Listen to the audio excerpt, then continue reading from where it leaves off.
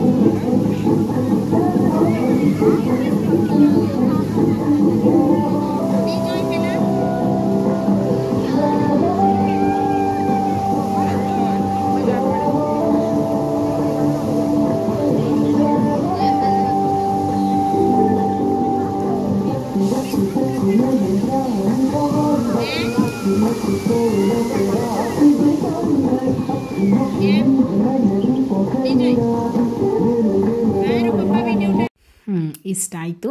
So ಸಣ್ಣದೊಂದು ವ್ಲಾಗ್ನ share ಮಾಡಿದ್ದೀನಿ ಕ್ಯಾರೆಸ್ದು. ಸೊ ವಿಡಿಯೋ ಇಷ್ಟ ಆದರೆ ಬೇರೆಯವ್ರಿಗೂ ಸಹ ಶೇರ್ ಮಾಡಿ, ಸಬ್ಸ್ಕ್ರೈಬ್ ಮಾಡೋದು ಮರಿಬೇಡಿ ಅಂತ ಹೇಳ್ತಾ, ಸೊ ಇಲ್ಲಿವರೆಗೂ ವಿಡಿಯೋ ನೋಡೋದಕ್ಕೆ thank you so much. So ಇದೆಲ್ಲ ಮುಗಿಸ್ಕೊಂಡು ನಾವು ಹೊರಟಿದ್ದು ರೂಮಲ್ಲಿ ಸ್ಟೇ ಆಗೋದಕ್ಕೆ. ನಾವು ಯಾವುದೋ ಪ್ರೀ ಬುಕ್ಕಿಂಗ್ ಮಾಡ್ಕೊಂಡಿರಲಿಲ್ಲ, ಅಲ್ಲೇ ಹೋಗಿ ಬುಕ್ ಮಾಡ್ಕೊಂಡಿದ್ದು, ಅದು ಸ್ವಲ್ಪ ಸಮಸ್ಯೆ ಆಯಿತು. ಸೊ ಜೊತೆಗೆ ನೋಡಿ ಟ್ರಾಫಿಕ್ ಎಷ್ಟು ಕಡಿಮೆ ಆಗಿಬಿಟ್ಟಿದೆ ಅಂತ ಅಂದ್ಬಿಟ್ಟು ಯಾರೂ ಇಲ್ಲ, ಹೋಗೋದಕ್ಕೂ ಟ್ರಾಫಿಕ್ ಇಲ್ಲ, ಎಲ್ಲ ಖಾಲಿ ಖಾಲಿ. ಓಕೆ, ಬಾಯ್.